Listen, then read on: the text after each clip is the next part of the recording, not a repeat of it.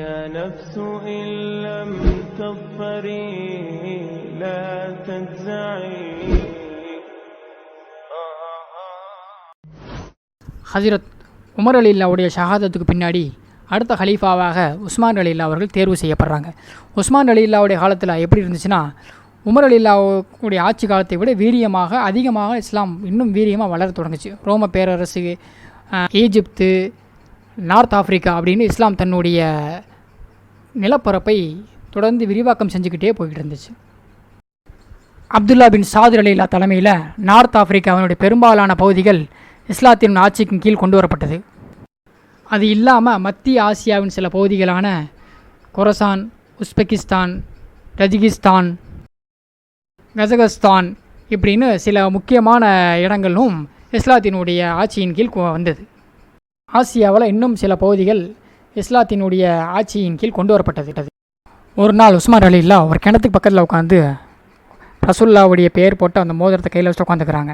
இந்த மோதிரம் இதுக்கு முன்னாடி அபூபக்கர் சித்திக் அலில்லா கையில் இருந்துச்சு, உமர் அலில்லா கைக்கு மாறிச்சு, மூணாவதாக ஹலீஃபா உஸ்மான் பின் அஃபான் அலில்லா கைக்கு வந்தது.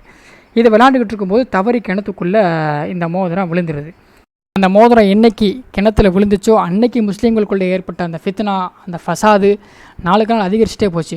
இதை பார்த்தோடனே ஹலீஃபா உஸ்மான் அலில்லா அந்த கிணற்றில் இருக்க அந்த மோதிரத்தை எடுக்கிறதுக்காக கிணத்தவே காலி செஞ்சாங்க. ஆனால் அந்த மோதிரம் கிடைக்கல. ஹஜ்ரத் உஸ்மான் அலில்லாவுடைய ஆட்சி காலத்தில் சில பல சங்கடமான கசப்பான நிகழ்வும் நடந்துச்சு. என்னன்னா, அந்த ஆட்சி பொறுப்புகளை தன்னோட உறவுக்காரர்களுக்கு வழங்குபவராக இருந்தாங்க.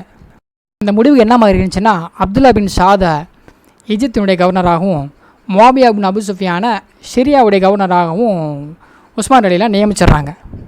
இது மட்டும் இல்லாமல் தன்னுடைய சகோதர உறவான வலித் பின் உக்பாவை கூஃபாவுடைய கவர்னராக நியமிச்சிடுறாங்க.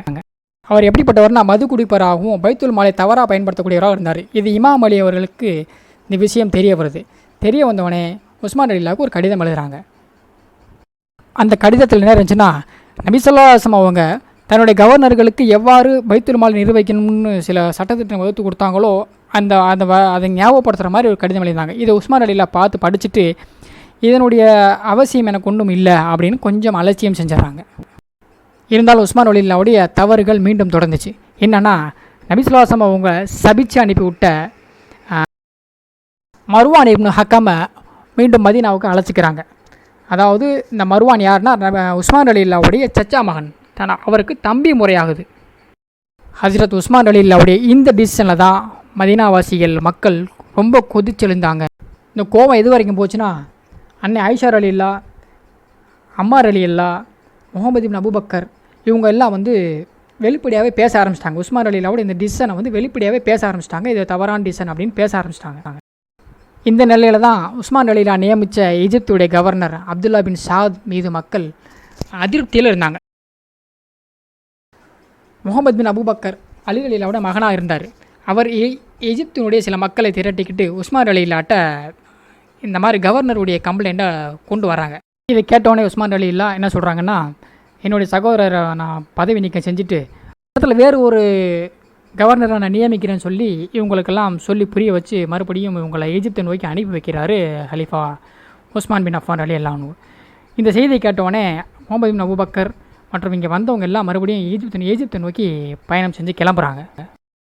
எகிப்தை நோக்கி பயணிக்கக்கூடிய அந்த முகமது பின் அபூபக்கர் அவங்களுக்கு பின்னாடி ஒரு குதிரை ஒன்று போகுது. இதை உடனே அது என்னான்னு பார்த்து கண்டுபிடிக்கிறாங்க.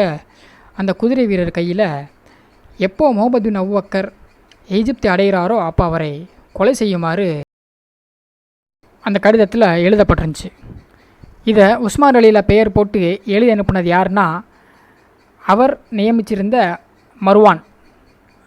கடிதத்தில் எழுதியிருந்த விஷயத்தை எல்லாம் எழுதினதெல்லாம் மர்வான். ஆனால் அதில் முத்திரை இருந்தது பார்த்திங்கன்னா, ஹலீஃபா உஸ்மான் பின் அஃபான் அலில்லாவுடைய அந்த ஹலீஃபா முத்திரை அதில் இருந்தது. பழைய ஆளுநரை நீக்கிட்டு புதிய ஆளுநராக முகமது பின் அபூபக்கர் நியமிக்க சொல்லி, ஆனால் மர்வான் அதுக்கு மாற்றமாக செஞ்சு பெரிய ஃபசாதை ஏற்படுத்திட்டான். இந்த செய்தியை கேட்டோடனே முகமது பின் அபூபக்கர் கோபப்பட்டு மறுபடியும் மதீனாவை நோக்கி அந்த கடிதத்தை கொண்டு காமிக்கிறாங்க.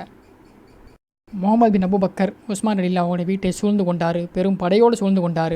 ஆனால் உஸ்மான் அலில்லா தன்னுடைய விளக்கத்தை கொடுத்தாரு, நான் இந்த கடிதம் எழுதலாம், நான் இப்படி எழுத சொல்லலண்டு. ஆனால் அங்கே யாரும் கேட்ட மாதிரி இல்லை. பெரிய கிளர்ச்சியாளர் கூட்டம் உஸ்மான் அலில்லாவை சூழ்ந்துருச்சு.